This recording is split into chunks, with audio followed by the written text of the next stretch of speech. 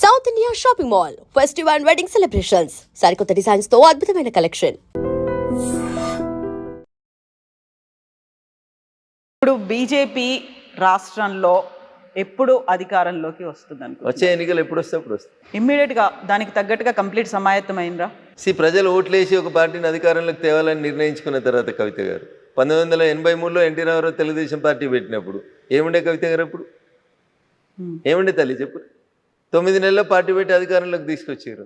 Bharatiya Janata Party is a party with difference. సిద్ధాంతం కోసం, commitment కోసం అనేక మంది కార్యకర్తలు చచ్చిపోతూ సంవత్సరాల తరబడి నుంచి ఎత్తిన జెండా కోసం కొట్లాడుతున్నటువంటి కమిట్మెంట్ ఉన్న కార్యకర్తలు ఉన్న పార్టీ భారతీయ జనతా పార్టీ. దీనికి సన్నద్ధం ఏముంది కవిత గారు?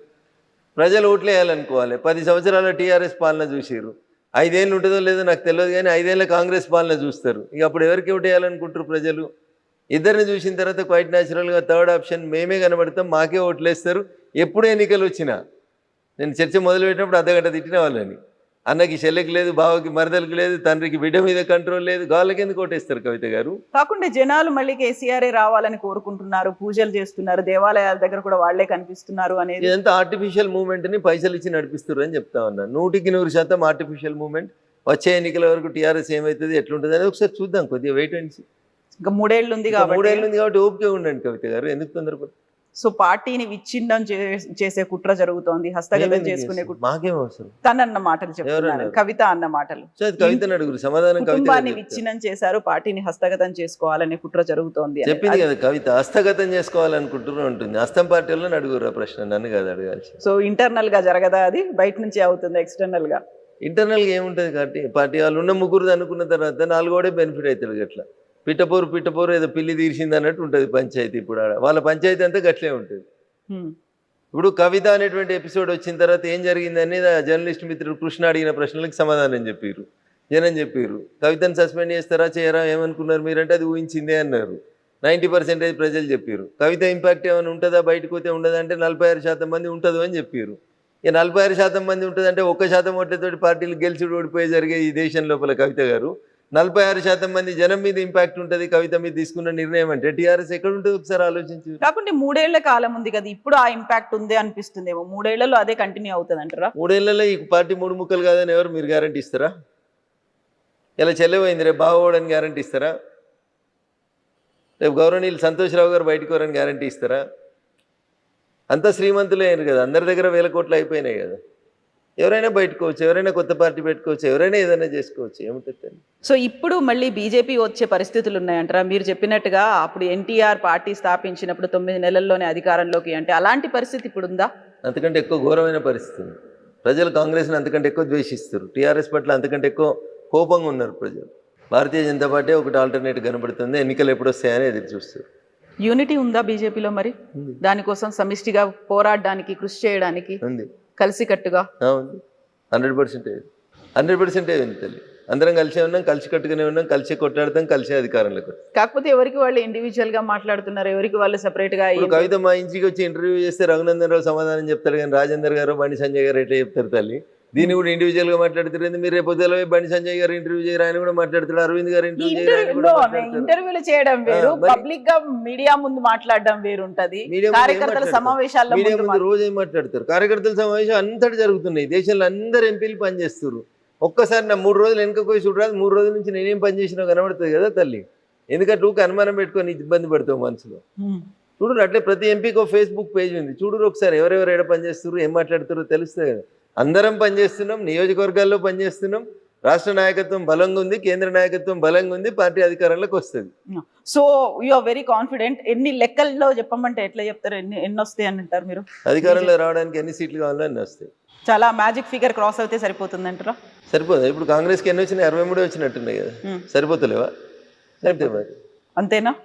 అంటే 63 కాదు, రేపు 119 ఉంటాయా, 153 అవుతాయా, 175 అవుతాయా? చాలా కాలంలో చాలా మార్పులు వస్తాయి తల్లి. 3 ఏళ్లలో 1 నేషన్ 1 ఎలక్షన్ వస్తుంది, మహిళా రిజర్వేషన్ 33% వస్తుంది, స్టేట్ అసెంబ్లీలో ఉన్న సీట్లు రీఆర్గనైజ్ అవుతాయి, దాంతోపాటు ఎస్సీ ఎస్టీల సీట్లు రీఆర్గనైజ్ అవుతాయి, భారత పార్లమెంట్లో సీట్లు పెరుగుతాయి, జనగణన పూర్తి అయిన తర్వాత రీఆర్గనైజేషన్ కమిటీస్ వస్తాయి. ఇన్ని పెట్టుకొని రేపు ఏమవుతుందో తెలియనప్పుడు 3 ఏళ్ల తర్వాత ఏమవుతుందో ఇప్పుడు ఎట్లా ఉంచుతాం కవిత గారు? అందులో 42% రిజర్వేషన్తో పాటుగా ఇప్పుడు కర్ణాటక గవర్నమెంట్ కూడా మళ్ళీ బీసీ కులగణన చేయాలి అనేటువంటి ఒక నిర్ణయానికి అంటే ఎప్పుడో ముందుగా చేసిన కులగణన ఏమైంది కవిత గారు? అది ఎప్పుడో 10 ఏళ్ల కింద చేశారు కాబట్టి మళ్ళీ ఇప్పుడు శాస్త్రీయంగా చేయాలి అనేది. కాంగ్రెస్ అధికారంలో ఉన్నప్పుడు ఒక రకంగా ఉంటుంది, ప్రతిపక్షంలో ఉంటే ఒక రకంగా ఉంటుంది. కాంగ్రెస్ ఈ దేశంలో బీసీలకు ఏ రోజు కూడా న్యాయం చేయలేదు. ఈ దేశానికి స్వతంత్రం వచ్చిన 75 ఏళ్ల తర్వాత నిన్న ప్రమాణ స్వీకారం చేసినటువంటి గౌరవనీయులు రాధాకృష్ణన్ గారు భారతదేశానికి మొట్టమొదటి ఓబీసీ ఉపరాష్ట్రపతి. అంటే మీరు అర్థం చేసుకోరు కాంగ్రెస్ సంస్కారం ఏందో. 55 ఏళ్ళు ఈ దేశాన్ని పాలించి ఒక ఉపరాష్ట్రపతిని ఒక ఓబీసీ క్యాండిడేట్ని చేయలేనటువంటి పార్టీ కాంగ్రెస్ పార్టీ. వాళ్ళు 42% రిజర్వేషన్ ఏడిస్తారు కవిత గారు. వాళ్ళ గురించి ఏదో బాగా పట్టుకొని ఇలా తనలాడుతూ ఉన్నారు మీరు. మీ క్యాండిడేటే దిక్కులేడు. ఎవరికి ఇచ్చారు ఉపరాష్ట్రపతి క్యాండిడేట్? సుదర్శన్ రెడ్డి గారు ఓసీకి ఇచ్చారు. ఎందుకు బీసీకి ఎందుకు వెళ్ళలేదు మరి? రేవంత్ రెడ్డి పొద్దులు అయితే బీసీ ఢిల్లీ దాకా వచ్చి ధర్నా చేసినావు కదా, నీకు మోకా వచ్చింది కదా, నువ్వు ఎందుకు అమలు చేయలేదు? 42% కాదు, ఒక సీటు ఓబీసీ ఈ దేశంలో ఇయ్యాలటి దాకా ఎవరు చేయలేదు. మేము చేస్తున్నామని ఒక ఓబీసీ క్యాండిడేట్ని ఎందుకు పెట్టలేదు? పోనీ మీ హైకమాండ్ పెట్టలేదు, మరి మేము ఒక ఓబీసీ క్యాండిడేట్ని పెట్టినాం. కొంతమంది బీసీ ఎంపీలు మాకు ఓటేసారు, మీకెందుకు కడుపు నొత్తుంది? ఓటు చోరీ ఏంది? ఓటు చోరీ ఏంది కవిత గారు? దానికి విప్పు ఉండదు. ఉపరాష్ట్రపతి ఎన్నికకు విప్పు ఉండదు. విప్పు లేనప్పుడు ఏం పోయినా తనకి ఇష్టం ఉన్నట్టు ఓటేసుకుంటాడు. నువ్వు క్రాస్ ఓటింగ్ అయింది అనేది దాంట్లో క్రాస్ అయింది, ఓటింగ్ అయింది, నాకు అర్థం కాదు. మీరు ఎంపీ కవిత గారు, మీరు ప్రజల చేత ఎన్నుకోబడినటువంటి గౌరవ ప్రజాప్రతినిధి. మీరు ఎవరు కోటేయాలో ఇంకొకరు చెప్తారా? ఇంకొందరు దారుణంగా సిగ్గు లేకుండా మాట్లాడుతారు. 20 కోట్లకు ఎంపీలు పోయినరని, అమ్ముడు పోయి ఓటేసిరని. కొంచెం అన్నం తిన్నట్టు మాట్లాడి నేర్చుకోవాలి వాళ్ళు. ఎంపీలు 20 కోట్లు తీసుకొని ఓటేసిరా? ఇంత సంస్కారహీనంగా మాట్లాడతారా? నీ పార్టీ బీఫామ్ మీద గెలిచిన నువ్వు కంట్రోల్ చేసుకోవడం చేతగాక, నీ దగ్గర పనిచేసే నీ ఎంప్లాయీని నువ్వు కంట్రోల్ చేసుకోలేక మమ్మల్ని అంటే ఎట్లా కవిత గారు? మీ ఐటీఎంలో పనిచేసేవాడు పక్క ఛానల్లోనికి మీ సమాచారం ఇస్తుంటే అది మీ చేతగానితనం అవుతుంది, కానీ మాది ఎట్లయితుంది? అది ఎట్లయితే చెప్పుర్రి. So true. సో ఇప్పుడు సుదర్శన్ రెడ్డి గారి గురించి అమిత్ షా చేసినటువంటి ఆ వ్యాఖ్యలు మీరు విన్న తర్వాత ఏమనిపించింది? సో సల్వాజుడు మాట్లాడినంటే ఉన్నట్టు మాట్లాడతాడు కదా, అబద్ధం ఎందుకుంటుంది? ఈ కాకపోతే దేశం 10 ఏళ్ల తర్వాత ఎందుకు ఇప్పుడు ఎందుకు మాట్లాడినరు? నువ్వు స్క్రీన్ మీదకి వచ్చినావు కాబట్టి మాట్లాడుతున్నావు, ఇవాళ నువ్వు రాజకీయాలకు వస్తున్నావు కాబట్టి మాట్లాడుతున్నావు. రాజకీయాలకు రాకపోతే నీ గురించి ఎందుకు మాట్లాడతాం? మాకు ఏమవసరం? రిటైర్డ్ అయిన ఒక జడ్జి గురించి మాట్లాడాల్సిన అవసరం భారత హోంమంత్రికి ఏముంటుంది? నువ్వు రాజకీయాలకు వస్తున్నావు కాబట్టి వచ్చిన క్యాండిడేట్ పలానాడు అని చెప్తున్నాం, తప్పేముంది? నువ్వు బయటికి రాని సేపు మేము మాట్లాడినావా మీ గురించి? కాకపోతే ఆపరేషన్ కగార్ మేము స్టార్ట్ చేస్తున్నప్పుడైనా అప్పుడైనా మాట్లాడాల్సి ఉండే, అప్పుడు కూడా మాట్లాడకుండా మేము ఎప్పుడు మాట్లాడాలో నిర్ణయించేందుకు మీరెవరు కవిత గారు? మేము ప్రజల చేత ఎన్నుకోబడినటువంటి ప్రభుత్వం మాది. ఏది ఎప్పుడు మాట్లాడాలో ఈ దేశ హోంమంత్రికి ప్రధానమంత్రికి మీడియా డిక్టేట్ చేస్తుందా?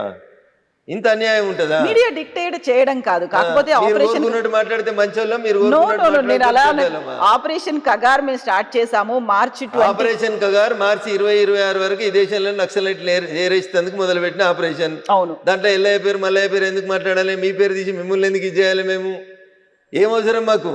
రిటైర్డ్ అయ్యారు, అయిపోయింది, మీ కార్యక్రమం అయిపోయింది. ఇక మీ గురించి ఎందుకు మాట్లాడాలి? మీరు మళ్ళీ కొత్త బట్టలు వేసుకొని వచ్చారు కాబట్టి మీ గురించి మాట్లాడాల్సి వస్తుంది.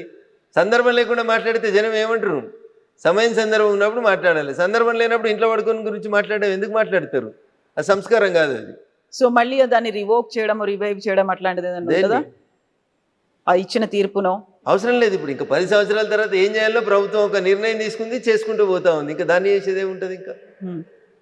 So operation Kagar will continue, అట్లాగనే అవుతుంది, డౌట్ ఎందుకు దాంట్లో? ఈ దేశ హోంమంత్రి ఒకసారి ఒక మాట చెప్తే బరాబర్ జరిగి తీరుతుంది. సో మేము రఘునందన్ రావు గారిని నెక్స్ట్ ఎట్లా చూడొచ్చు? ఇట్లా చూస్తారు.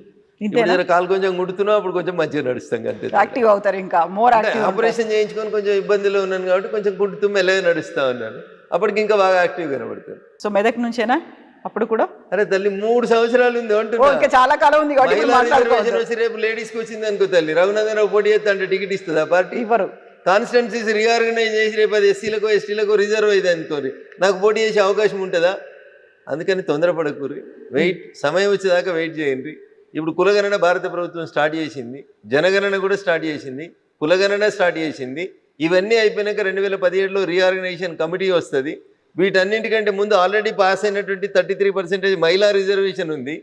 ఇవన్నీ చేయాలా వద్దా కవిత గారు? చేస్తున్నప్పుడు ఏ సీట్ ఎటు పోతుంది, ఏ సీట్ ఏ రిజర్వేషన్లకు వస్తుంది తెలియకుండా ఎందుకు తొందరపడు? నేను అనేది అది, అంతే. అంతేగాని మిమ్మల్ని ఏదో డిస్కరేజ్ చేయాలనో ఇంకోటి చేయాలనో. నేనేం డిస్కరేజ్ అవ్వట్లేదు, కాకపోతే you are very confident and మన తెలంగాణలో కూడా రాబోతుంది. 100% మాదే అధికారం. అండ్ 4th టైం కూడా మోదీ వస్తారా? మళ్ళీ 100% వస్తారు. మోదీయే ఉంటారా? ఉంటారు. అప్పుడు కూడా ప్రజలు కోరుకున్న తర్వాత ఆయన ఉండకపోతే మీరు ఉంటారా, నేను ఉంటున్నా? ప్రజలు ఆయన్ని కోరుకుంటున్నప్పుడు ఆయనే ఉంటాడు ఈ దేశ ప్రధానిగా. సో ఫోర్త్ టైం కూడా అక్కడ ఎన్డీఏ వస్తుంది. బీజేపీ వస్తుంది, ఎన్డీఏ కూడా వస్తుంది. In fact it is an NDA only, ఎన్డీఏనే వస్తుంది. ఎస్ అండి, thank you so much Raghunandan garu. Thank you. And for more videos, Please subscribe to iDream. Please subscribe to iDream. Please subscribe iDream. And please subscribe to iDream. For more videos, subscribe to iDream. please like, share, and subscribe to the channel. Congratulations, iDream. Subscribe to iDream. Subscribe to iDream. So subscribe to iDream Media.